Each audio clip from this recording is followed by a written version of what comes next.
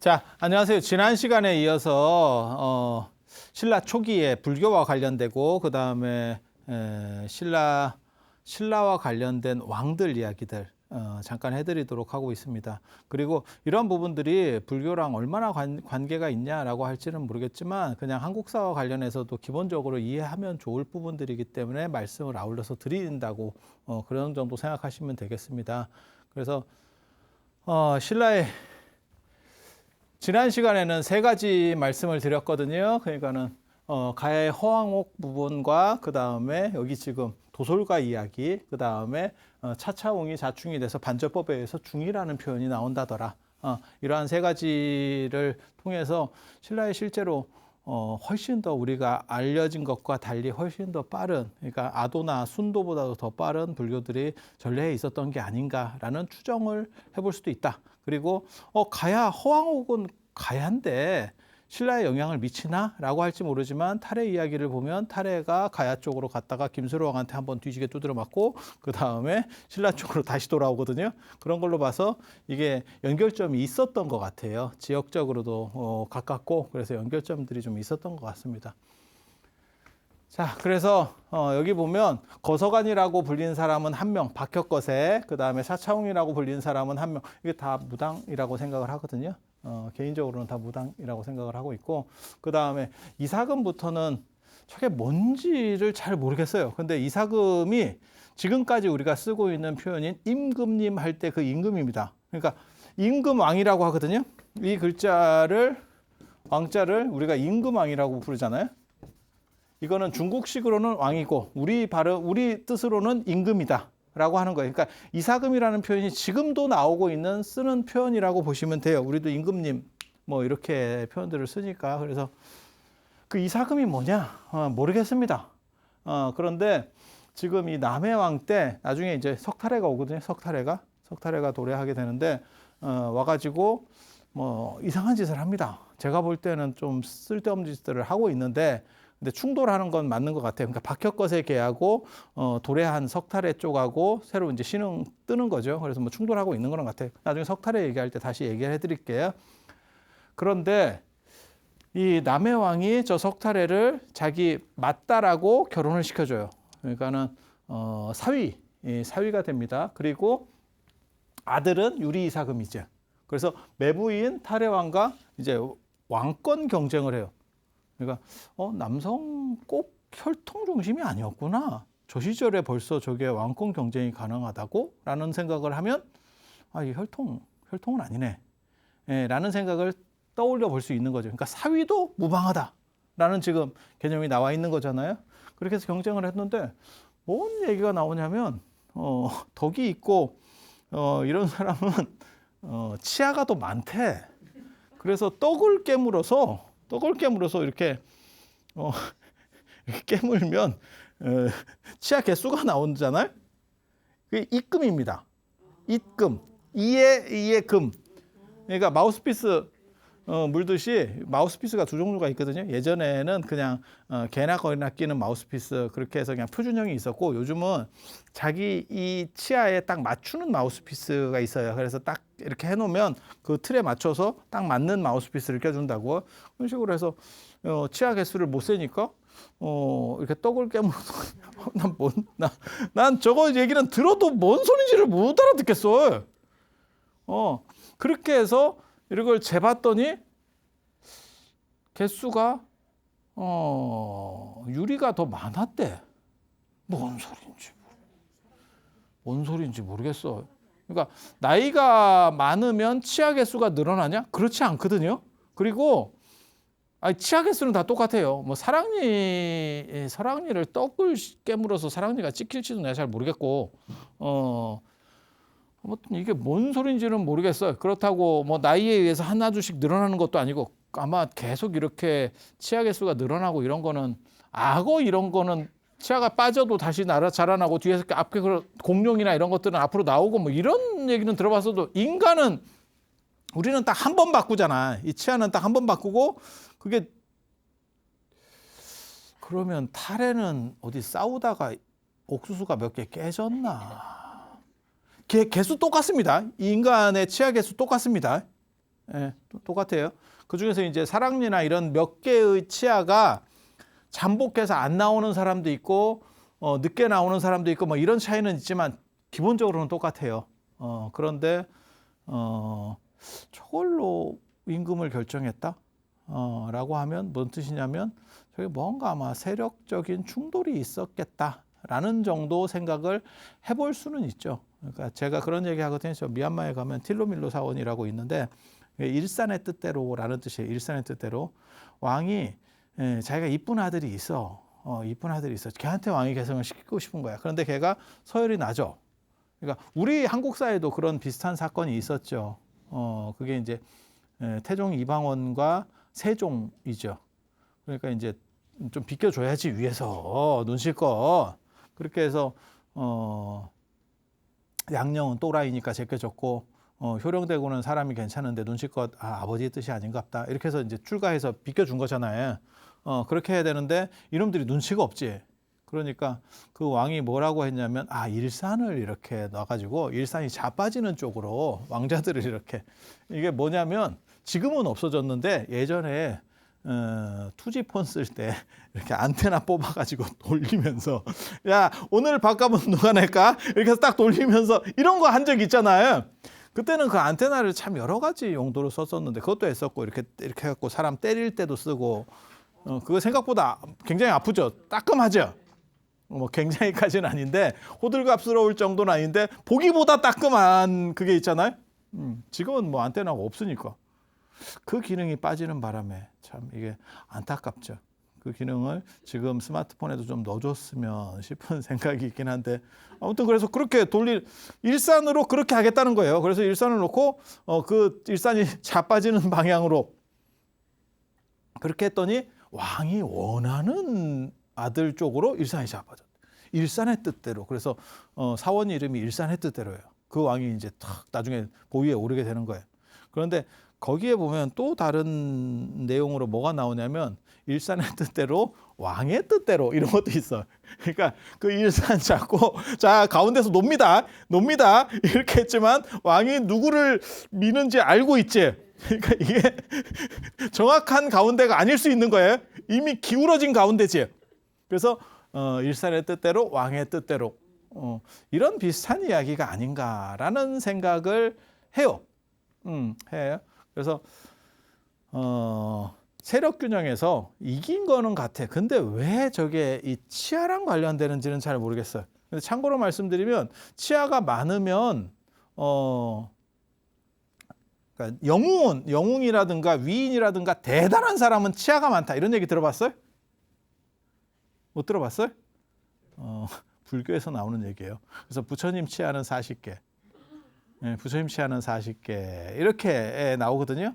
그래서 저런 것도 불교적 요소인가? 근데 저거는 너무 빠른데 빨라도. 그래서 근데 불교 말고는 치아 개수가 이렇게 굉장히 많다라고 나오는 거는 불교 말고는 여기밖에 없어요. 중국이나 이런 데서도 이런 치아 개수 많은 게 덕이 있는 거고 뭐 능력자예요. 이거는 야 그러면 유리 이사금이 유리가 임플란트로 몇 개 더 박았나 싶기도 하고 그래서 우리나라가 임플란트 강국인가 뭔가 생각이 좀 많이 드는. 그래서 정확하게는 모르겠어요. 하지만 이사금이라는 칭호가 유리부터 나오고 그 다음에 그게 입금이 돼서 이빨 자국, 치아 자국, 이 자국 그래서 입금이 되고 그게 임금이 됐다. 이거는 거의 확실해요. 거의 확실해. 그리고 이 칭호는 16명이나 썼어. 그러니까 제법 오랫동안 쓴 명칭이에요. 그러다 보니까 지금까지도 남아서 우리가 왕이라는 표현을 임금이라고 부르고 있는 거예요. 그러니까 제법 오랜 기간을 썼던 거예요. 그리고 그 다음에 나오는 표현이 마립간입니다. 마립간. 마립간이 뭔지 잘 모르겠고 어떤 말뚝 세워놨다 뭐 이런 의미인 것 같긴 한데 정확하게 잘 모르겠고 김대문이 말뚝이라고 표현을 써요. 그래서 우리 그 경복궁이나 창덕궁 가면 앞에 품계석 같은 거 이렇게 쭉 세워놨잖아요. 그런 비슷한 말뚝들을 세워놓은 말뚝의 대장이 왕이에요. 라고 해서 마립간이라고 했다. 카드라 통신이 나오는 겁니다. 근데 이런 것들이 다 옛날 향언들이라서 방언들이라서 이런 언어 뜻이라든가 이런 거 이해하기가 굉장히 어렵습니다. 여러분 생각하고 좀 다릅니다. 그래서 제가 그런 얘기 하잖아요. 전에도 그런 얘기 했잖아요. 우리가 흔히 허리 굽혀서 인사하지만 왜 허리 굽혀서 인사하냐라는 질문을 받았을 때 답하기가 굉장히 어렵다고. 그게 뭐 문헌적인 것도 있고 아무것도 없어. 그래서 이런 걸 찾아가는 게 진짜 어려워요. 왜 서울이 서울입니까? 이런 거. 그러니까 뭐 슈라바스티가 어떻고 서라벌이 어떻고 이제 별 얘기들이 다 만들어지는 거고. 그래서 전통적으로 오래된 이런 단어들이 뜻이 불분명한 경우가 굉장히 많아요.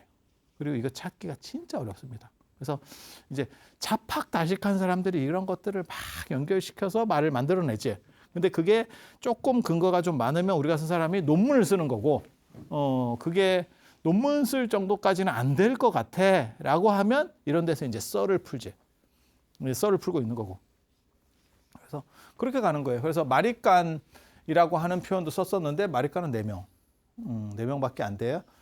그래서 이렇게 놓고 보면 이게 이제 이사금을 제일 많이 썼죠. 그래서 임금이라는 표현이 일반화되게 된다라는 생각을 해볼 수 있고, 그리고 제가 전에도 그런 얘기 해드렸는데 신라 왕관 있잖아요. 금관 이렇게 해서 날출자 모양으로 된 금관. 그 금관은 무속 시대에 쓰던 금관이에요. 그 금관을 진짜 썼는지 안 썼는지는 잘 모르겠는데 왕이 진짜 썼는지는 정확하지 않습니다. 그게 부장품으로 나올 때는 얼굴을 덮는 용으로 나오기 때문에 이렇게 찌그러뜨려서 삼각형으로 만들어서 이렇게 접어서 얼굴을 덮는 용으로 나와요. 마치 데드 마스크 같이.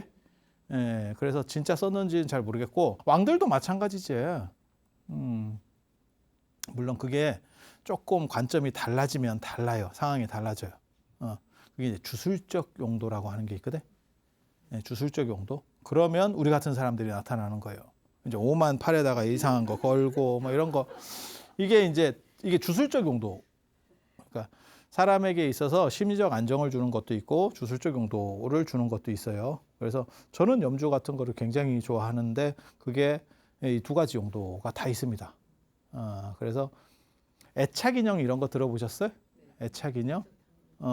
그래서 그걸 갖고 있으면 사람이 안정적으로 되거든. 야구 선수나 이런 분들 중에서도 사실 운동 선수 중에서도 그런 거 있어요. 그러니까 자기 나름의 어떤 징크스지. 그걸 내가 가지고 있거나 그것을 한번 쓰다듬었거나 이러면 성적이 좋아진다라고 하는 자기 암시랑 관련된 부분들이 있어요. 그래서 그걸 가졌을 때는 아무 문제가 없는데 그걸 어디에 놓고 왔어라고 하면 마치 스마트폰 잊어버린 것처럼 사람이 굉장히 초조해지는 거예요. 이상하게 잘 안 돼.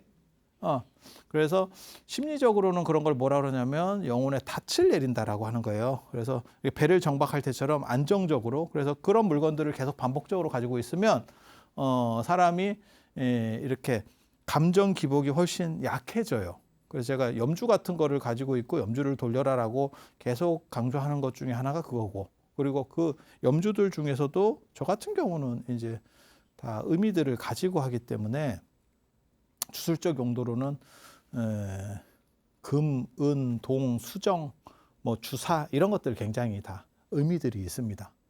그래서 삿된 것들을 다 물리치고 어쩌고저쩌고 다 이런 족보가 있어요. 제가 이런 걸 참 죽기 전에 다 기록의 책으로 만들 수 있을까 모르겠어요. 우리 같은 사람 죽으면 더 이상 알 사람도 없지 싶은데 이런 야리한 주술의 세계들이 있어. 그래서 제가 늘상 얘기하는 거 있거든요. 명필이 붓갈이냐? 그 말은 맞아. 하지만 나는 명필이 아니다. 그래서 붓을 가려야 되는 거야. 그래서 붓을 가려야 되는 거야. 그러니까 게임하는 사람들도 그렇거든요. 게임 뭐 이렇게 프로 게이머들 이렇게 보면 마우스 진짜 좋은 거 씁니다. 걔네. 우리 같은 사람 말고. 왜냐하면 걔네는 조금만 이렇게 삐딱하면 되니까. 실력이 있으면 그 마우스가 뭐 대단할 게 있겠느냐? 아니지. 그래도 또 다르지. 그래서 실력은 실력이고 그 다음에 자기가 도움받을 수 있는 에너지가 있으면 가질 수 있는 거예요. 그리고 불교적으로도 이런 염주 말고도 예전에는 이 상투구술이 있었어요. 그게 이제 나중에 육계와 연결돼서 뭐가 있어요.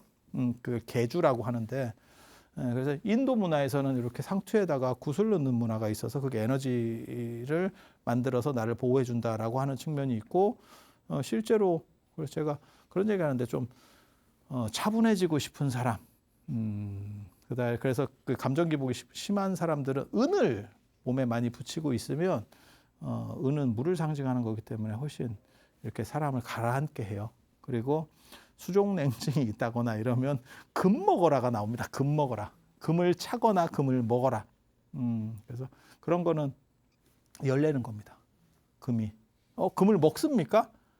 금하고 은은 옛날부터 계속 먹었어요. 그래서 한의학에서도 가장 좋은 약들은 다 금으로다가 쌓여 있는 거고, 뭐 우황청심환도 비싼 거는 금으로 돼 있고, 공진단도 금으로 돼 있고, 아니 다 그래요. 가만히 보세요. 그래서 금은 원래 먹는 용으로도 많이 썼고, 그다음에 지금 요즘 들어서는 식용으로 더 많이 쓰죠. 뭐 음식 같은 데서도 어디 횟집 같은 데서 이렇게도 다 금으로 이렇게 위에 해놓고 뭐 이렇게 장식들을 해놓던데, 차에도 금 들은 게 있더라고요. 그래서 야 이게 우론 아니야? 내가 이랬거든. 근데 재밌는 게 뭐냐면 금잔하고 은잔에 마시면 차 잔에 의해서 차 맛도 바뀝니다. 술 맛도 바뀐다 그래요. 술 맛도 바뀐다 그래요. 물론 제가 그런 걸 막 잘 느끼지는 못하는데 그런 것 같기도 하고 좀 순해진데 모르겠어요. 우리 입이 그렇게 매끄럽지 못하기 때문에 정확하게 잘 못 느끼겠는데 자꾸 그렇게 앞에서 약을 파니까 그런 것 같기도 하고. 그러니까 금잔이라 그래서 진짜 순금으로 잔을 만들었다는 게 아니고 도자기 안에 금으로다가 이렇게 한 바퀴 돌려 있죠. 은잔은 은으로 이렇게 돌려 있죠. 아니, 그런 거 보시지 않았어요? 있어요 주변에. 그래서 예전에는 그런 잔에 의해서 맛들이 약간씩 바뀌는 그건 가능할 것 같아요. 그냥 생각해 봐도. 그리고 옛날 사람들 서각배 이런 거는 뭐 서각배가 뿔잔이에요. 뿔잔. 뿔은 그건 맛 100% 바뀐다. 왜? 나도 이렇게 뿔 가지고 이렇게 냄새 맡아보면 좀 찌리해. 뿔 냄새 별로 안 좋아요. 뿔 속이 이렇게 비어 있거든요. 그래서 그런 요소들이 있어서 몸을 이롭게 할 수도 있고, 그 다음에 에너지를 좀 북돋아 줄 수도 있고, 다운시킬 수도 있고, 이런 요소들이 사실은 금속 자체에 내장되어 있는 경우들도 있고, 그 다음에 주사나 대부분 광물질들이 이런 에너지가 많아요. 광물질들이. 그래서 옛날 사람들은 광물질에는 에너지가 이렇게 뭉쳐 있다라고 생각을 해요. 이거는 호랑이의 전기를 가지고 있다라고 하는. 옛날 사람들이 그런 거 지어내는 거는 아무튼 잘 지어내. 뭐가 다 있어. 뭐가 족보들이 다 있어. 이렇게 해서 몰라, 이런 주술성이 강조가 되면 몸으로 착용할 수 있어요. 돈을 가치를 떠나서 나는 그게 필요하니까. 그래서 저 같은 경우는 제가 많이 이제 여러분들에게 권해드리는 거는 염주를 꼭 가지고 돌렸으면 좋겠다. 왼손으로 돌렸으면 좋겠다. 그리고 염주 중에서도 저는 금속성 염주 선호합니다. 금속성 염주. 금속성 염주가 생각이 잘 들어가요. 생각이 잘 들어가고 사람에게 안정감을 잘 줍니다. 그냥 이거는 그냥 제 개인 의견이라고 정도로만 해두면 좋을 것 같아요. 왜냐하면 이거 얘기하면 좀 여러 가지 이런 원리들이 있긴 한데 객관적으로 이게 뭐 과학적이냐 이렇게는 얘기를 못해요. 이런 거는 주술성이기 때문에. 그래서 그냥 개인적인 거다라는 정도로서 끝냈으면 좋겠고, 그래서 금관 같은 경우도 주술적 요소가 아니면 착용을 잘 안 했을 겁니다. 그리고 무당들만, 쉽게 말해서 불교가 제대로 자리 잡기 전에 무속 시대의 군주들은 금관을 쓰는 거고, 그래서 제가 전에 그런 얘기 했는데 선덕여왕이 금관 쓴 걸로 우리나라 드라마에서 이렇게 나오거든요. 선덕여왕 때는 금관이 이미 안 쓰던 시절입니다. 그래서 불교색이 완전히 들어간 뒤에는 무속을 불교가 대체했기 때문에 금관의 상징이 무속의 제사장을 의미하는 거예요. 그래서 그때는 이미 쓰지 않던 시절이에요. 그래서 금관이 나올 때가 불교가 정립하기 이전에, 그러니까 불교는 들어와 있었지만 제대로 이제 잘 안 될 때라고 보시면 돼요. 그래서 무속이 주류로서 신라를 주도하던 시절에 금관을 썼었고, 그리고 불교가 주도하면서는 그 금관을 안 씁니다. 그건 무속의 상징이니까. 그래서 그런 차이들이 있다라는 정도 이해를 하시면 되겠고, 요 이제 이 이사금 입금을 따져서 봤더니 탈해보다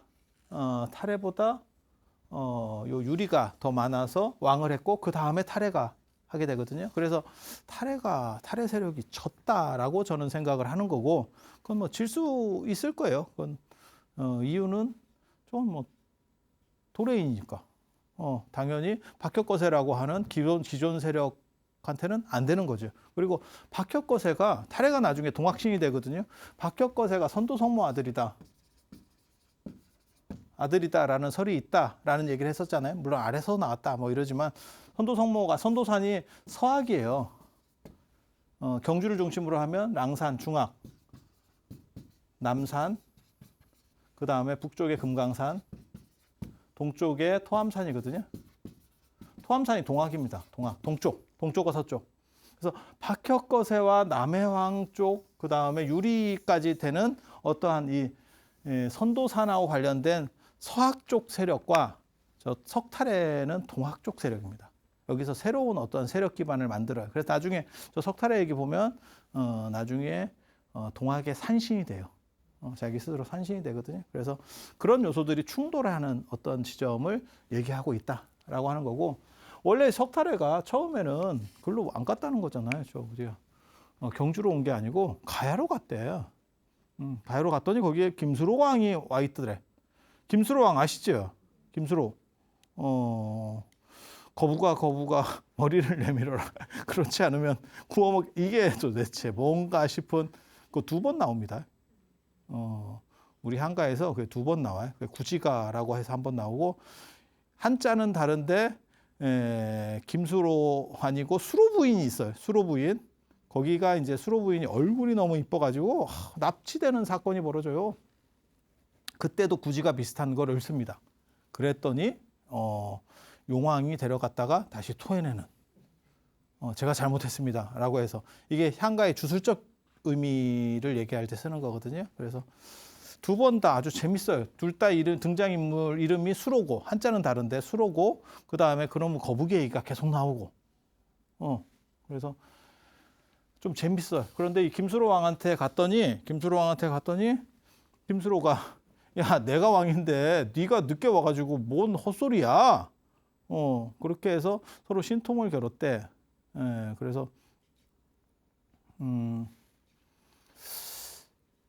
석탈해가 참새가 돼서 이렇게 날아가니까 김수로가 매로 변신을 해서 따라와서 뭐 죽이려고 했었다. 그렇게 해서 석탈해가 내가 잘못했습니다. 난 당신한테 게임이 안 됩니다. 이렇게 해서 깨갱하고 그 다음에 경주로 갔다. 신라 쪽으로 갔다. 기록에는 그렇게 나와요. 그래서 야, 이게 뭔가 도래인들끼리의 충돌 구조가 그 안에 존재하고 있는 것 같다. 라는 생각들을 해볼 수 있는 그런 거고, 그리고 28년에 이 유리이사금 28년에 기근이 들었는데 기근이 들어서 사람들이 굶고 어쩌고저쩌고 하니까 내가 잘못해서 이게 기근이 들은 거를 유리왕이 반성을 했대. 유리왕이 반성했대. 내가 세상 너무너무 내가 잘못한 거야. 이렇게. 뭔 소리인지 잘 모르겠습니다. 내 덕이 부족해서. 어디서 나오는지 정확하게 그걸 알거든요. 후한시대 전한 무제 때 동중서의 천인상응설입니다. 임금이 덕이 부족하면 하늘은 천재지변을 내려. 그래서 그 임금을 경계한다라고 하는 동중서의 천인상감설인데, 그게 과연 신라에 들어왔을까 싶은데, 아무튼 유리이사금은 백성들이 가난한 거 이렇게 기근이 들어서 고통받는 걸 보고 내가 잘못했다라고 생각을 했대요. 내 덕이 부족해서라고 생각해서 구휼하고 자기를 부끄러워하니까 백성들이 도솔가를 지어서 용비어천가지 임금을 찬양했대.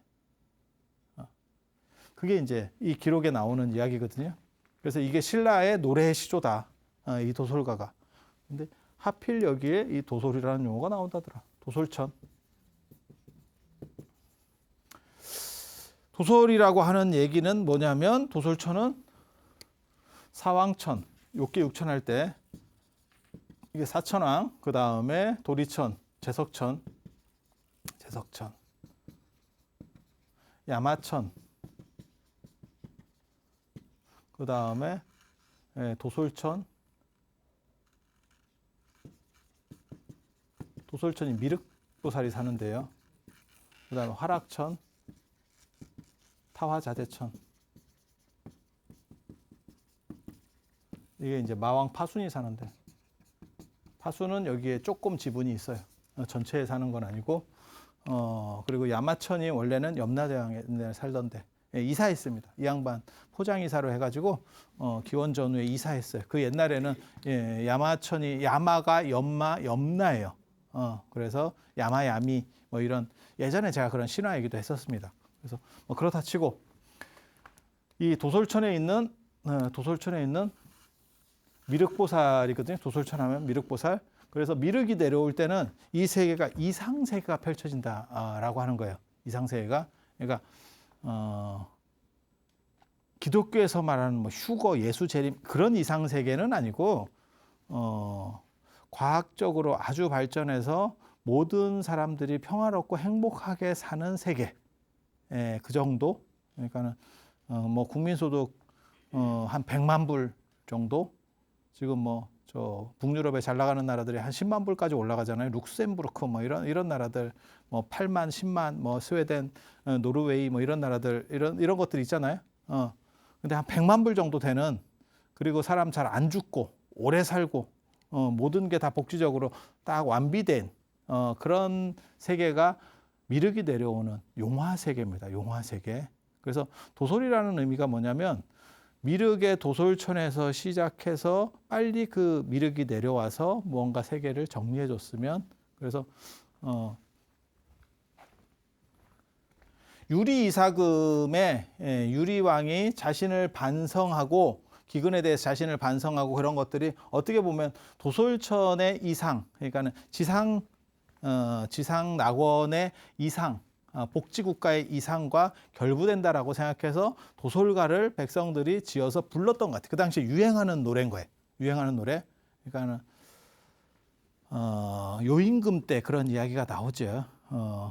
세상이 다 풍족한데 임금이 누가 있어서 뭐 임금 이름 같은 걸 알 필요가 뭐 있느냐. 태평가지, 태평가.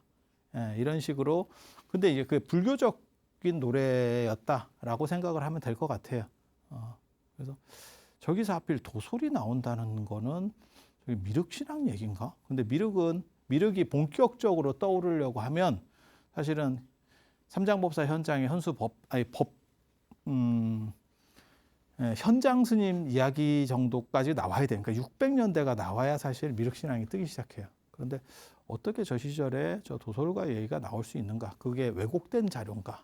안 그러면 저 시절에도 저런 타당성이 존재할 수 있는가에 대해서는 생각은 해봐야 돼. 생각은 해봐야 돼. 왜냐하면 미륵종이라고 할 수 있는 게 인도에서 육아학파입니다. 육아유식학파인데 아직 인도에서도 저 시대에는 그게 아직 학파로서 제대로 체계가 성립이 안 돼요. 한 400년대 정도 돼야 그게 이제 움직이기 시작하는데, 그런데 어떻게 저런 도솔에 대한, 그러니까 미륵에 대한 추구가 기원 직후에 나올 수 있는가에 대해서는 생각을 해봐야 돼요. 근데 내용 자체를 모르니까. 근데 도솔가라고 하는 게 하나 더 있어요. 그게 이 월명사라고 하는 사람이 쓴 월명이라는 스님입니다. 스님, 월명이라는 스님. 이름도 이게 아마 본명이 아닌 것 같아요. 월명이 본명이 아닌 것 같아. 밝은 달이잖아요. 그래서 향가를 잘하고, 화랑에 속했던, 그러니까 범성은 못했다라고 나오거든요. 그 기록에 보면, 월명사 도솔가조에 보면 자기는 범성은 못했다. 그러니까 인도의 그러한 범음이라든가 이런 건 잘 못하는데 내가 향가를 통해서 뭔가 주술적인 요소들을 만들어낼 수 있다. 이렇게 얘가 나오는데 760년이에요. 이때는 미륵신앙이 들어왔을 때니까 도솔가를 지을 수 있어요. 그때 무슨 현상이 일어났다 그러면 이일병연, 굉장히 재밌습니다. 제가 저걸로 월명사 가지고 제가 학회 논문도 쓰고 했었는데 제망매가 때문에. 여러분 다 들어보셨을 거예요. 그 국어 교과서에 제망매가 나오잖아요. 그게 굉장히 재밌거든요. 그래서 그거 가지고 논문도 쓰고 그랬었는데 이일병연이 해가 2개가 떴다라고 하는 거예요. 해가 2개가 떴다. 해가 두 개가 떴다. 뭘까? 해 두 개 뜬 정도면 뭐 양호하죠. 양호해요. 세상에는 별놈의 일들이 다 있으니까 해 두 개 뜬 정도면 양호하고, 이일병연은 태양이 두 개가 떴대요. 그래갖고 이런 재앙이 있지? 이래가지고 점치는 놈이 일관이 점을 딱 보니까 뭐라고 하냐면 향가를 잘 부르는 스님을 딱 해가지고 향가를 이렇게 지어서 부르면 그 주술적 힘에 의해서 태양이 하나가 없어집니다. 이렇게 그렇게 해서 왕이 정자에 딱 올라가가지고 이제 그 만나는 스님을 잡은 거예요. 눈에 띄는 스님을. 그게 월명사입니다. 저 사천왕사 스님이거든요. 조금 재밌지. 사천왕사가 명랑법사가 신통을 부려가지고 문두루비법이라는 신통을 부려서 당나라 군사 50만 수군을 다 꼬르륵 시킨 거긴데 그 전통이 내려오고 있었는가 봐. 저때까지도. 그때는 이제 명랑스님 계실 때는 문무왕 때니까. 그래서 760년까지 내려오고 있었는가 봐. 그래서 월명사가 이렇게 가다가 어이 스님! 이렇게 해가지고 왕이 일로 와보라고 이렇게 해서 향가를 지어봐라 이렇게 했더니 범성은 잘 못하고, 쉽게 말해서 진언이나 주술이나 이런 밀교적인 거는 내가 잘 못하는데 향가는 내가 좀 합니다. 그러니까 뭐하고 똑같은 거냐면 뭐 심효장구 대다란이나 이런 건 내가 잘 모르는데 관동별곡 이런 거 합니다. 이런 식으로 얘기를 한 거예요. 그렇게 해서 그럼 해보라고 이렇게 해서 도솔가를 지어서 불렀대. 그랬더니 해가 사라졌대. 하나가. 그때 월명사 아니었으면 우리 또 죽었습니다. 여러분 그거 아세요? 제가 월정사이잖아. 누가 나한테 그런 쓸데없는 소리를 하더라고. 평창의 땅사래. 이게 지구 온도가 올라가면 저 부산 절단이고요. 그 다음에 울산 끝이고 서울 인천 다 날아가고 평창 쪽 거의 고지대에서 평창 남는데 평창사래. 그 전에 내가 죽고요. 물러줄 자식도 없고 평창 사서 뭐 할 건데. 이 빙하가 다 녹으면 평창 된다는 거야. 평창 시대가 온대. 월정사 대박 나겠다. 야, 그래서 우리 옛날 어른들이 다 산에다 절을 지었구나. 이게 빙하가 녹을 줄을 알고. 그렇지만 절은 끄떡이 없다. 야, 기가 막힌 신의 한 수네. 다 그런 생각이 있어. 그래서 도시를 멀리했던 거야. 교회 절대 안 났네. 비가 녹으면. 도시에 있는 교회들 막 절대 안 났네. 아유, 이거 어떨까? 어쩌을까 싶다. 여러분도 평창 땅 사래. 좋은 정보. 그래 내가 그랬다. 한 증손자 정도쯤 돼서 적금 하나 넣는다고 생각하고 사든가. 근데 해가 두 개 떴다. 무슨 의미인지 아시겠어요? 정확하게 뭔지 모르겠습니다. 근데 월명사 저건 날로 먹었은 거는 분명합니다. 왜? 해가 두 개 떴다는 게 해무리가 졌다. 그냥 판단을 해봐요. 해무리가 졌다라는 게 해무리가 약간 특이하게 지면서 두 개인 것처럼 보였을 확률 한 가지. 한 가지. 또 하나는 운석이나 이런 게 폭발하는 경우들이 있어요. 저는 뭐 태양이 여러 개가 나온다 이런 것들 대부분 운석하고 관련된다고 생각하거든요. 운석이 땅으로 떨어지는 게 아니고 대기권에서 대부분 폭발하고 불타서 터져요. 그걸 옛날 사람들이 볼 때는 뭐 태양이 두 개 떴다, 뭐 달이 두 개 떴다, 뭐 이런 요소들이 가능한 거거든요. 그냥 그래서 향가 부르고 있으면 당연히 영험하지. 왜? 운석이 터져도 그게 몇 분이나 갈 거고. 그냥 생각해봐. 해무리가 졌다고 치고 그게 몇 분이나 갈 거야. 향가 좀 길게 부르고 있으면 된다. 그러면 향가 부르는 사이에 재앙이 사라져. 100%입니다 이거. 이건 100%입니다. 판소리 정도 하면 뭐 완전히 끝나는 거죠. 기우제도 되겠다. 판소리 긴 거는 막 몇 시간도 하더라고. 그래서 그런 요소 정도라고 봐요. 그리고 이 월명사랑 관련해서는 되게 재밌는 게 있다니까. 월명사가 피리를 잘 부는데 피리를 불면 달이 멈춰서 피리 소리를 듣는다. 달이 멈췄다라는 기록이 있는 거예요. 그래서 여호수아 영험하지 않다. 여호수아가 태양과 달을 멈췄다 하거든. 예, 신에게 기도해서 영험하지 않아. 우리는 피리로도 조져. 굳이 기도할 필요 없어. 스님들은 피리면 끝나. 피리 소리가 얼마나 좋으면 달이 멈춰서 그 소리를 듣고 있겠어. 진짜 대단하잖아. 지구에서 들리는 피리 소리를 달이 야 이거 보청기 껴도 잘 안 들릴 것 같긴 한데 아무튼 그걸 들으면서 딱 멈춰 있다는 거야. 달을 빨리 움직이게 하고 싶으면 어떻게 하면 될까? 피리를 못 부르면 돼. 그러면 달이 아우 이러면서 빨리 가. 그래서 천체를 조종할 수 있는 그게 월명사야. 아마 달 이야기가 더 유명했지 싶어. 그러니까 월명이라고 불린 것 같거든. 저게 달 이야기가. 근데 아마 밤에 피리 불고 이렇게 하다 보면 달이 이렇게 그림자에서 샥 구름에서 샥 나오고 뭐 이런 현상들이 있었던 것 같아요. 그건 그냥 합리적으로 생각하는 거야 우리가.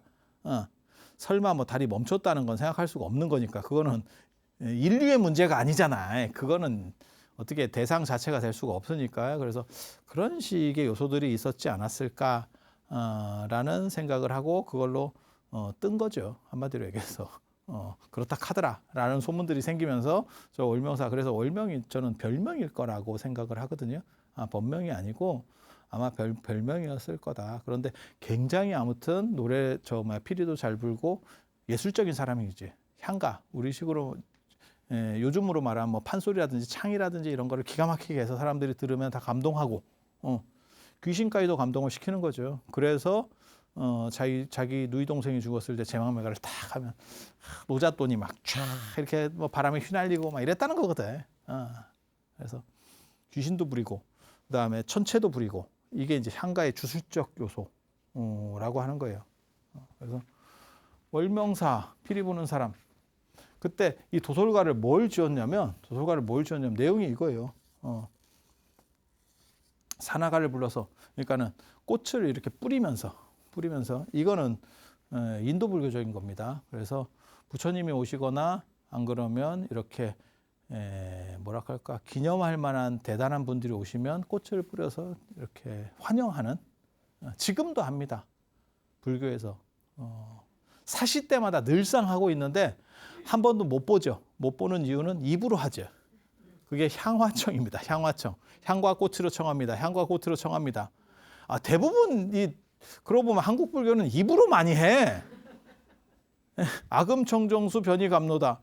내가 지금 물을 올리니까 감로로 좀 받아주세요. 만다라를 만들어. 지금 어떤 진리의 도량을 만들려고 해. 그래서 요건 만다라. 내가 지금 만다라를 만들려고 합니다. 입으로 많이 털어. 그 천수경에 보면 일세동방 결도량 이세남방 득청량. 그게 원래 저 인도 같으면 버드나무 버들잎으로다가 물 뿌려서 이렇게 뿌리면서 하는 거고 동아시아 같으면 그걸 침엽수로 쓰거든요. 그러니까는 뭐 소나무나 잣나무 같이 그걸로 이제 뿌리면서 이렇게 하는 건데 그것도 입으로만 하죠. 일세동방 결도량 이세남방 득청. 이게 다 말로 너무 때우는데.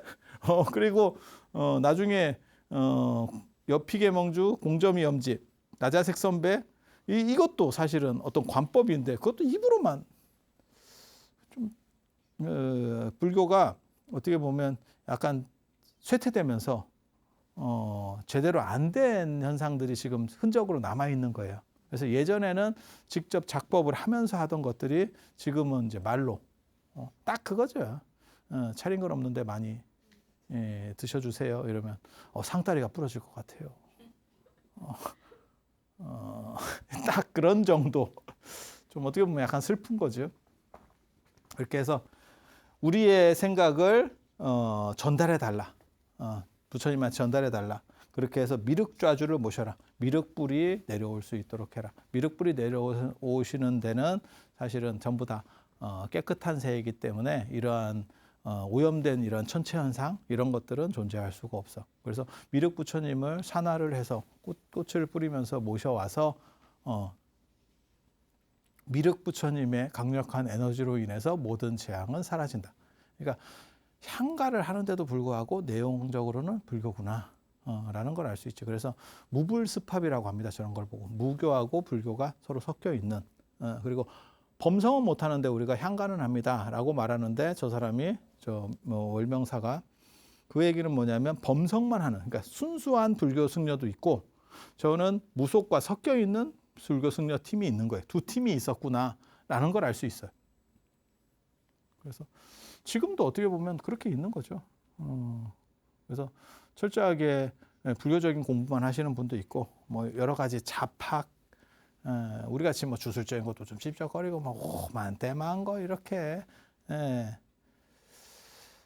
그런데 관심 있는 사람들도 있고 사람마다 좀 다른 거니까. 근데 신라 시대 때는 신분에 의해서 그게 아마 어느 정도 이상 결정됐을 거예요. 그리고 자기가 선택해서 자기 출신들, 그러니까 내가 화랑이라든지 낭도라든지 이런 출신들은 아마 향가들이 어느 정도 이상 다 됐을 겁니다.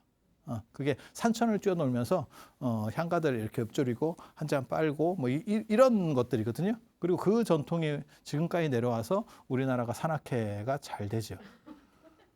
그리고 내려올 때는 언제나 그 파전에 이렇게 막걸리를 밑에서 먹고, 그게 왜 그런 룰이 만들어졌는지 잘 모르겠는데 보면 되게 재밌어요. 되게 재밌어. 산에 갔다 온 사람은 파전과 동동주 아니면 파전과 막걸리를 먹고, 지금은 많이 없어졌는데 예전만 하더라도 불과 몇십 년 전만 하더라도 절 앞에 백숙집이 그렇게 많았어요.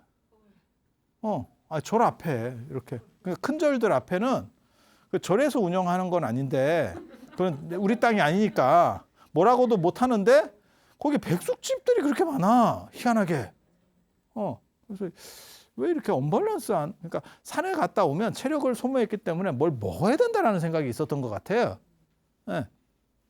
그래서 지금은 이제 지자체나 이런 데서 대부분 다 정리를 해서 상대적으로 깔끔해졌는데, 아니 한 20, 30년 전에 다 그랬었어요. 제 기억에는. 그래서 들어갈 때 약간 이렇게 좀 재밌죠. 되게 재밌죠. 탈해왕 이야기는 다음 시간에 이어서 해드릴 수 있도록 그렇게 하겠습니다. 자, 들어서 감사합니다.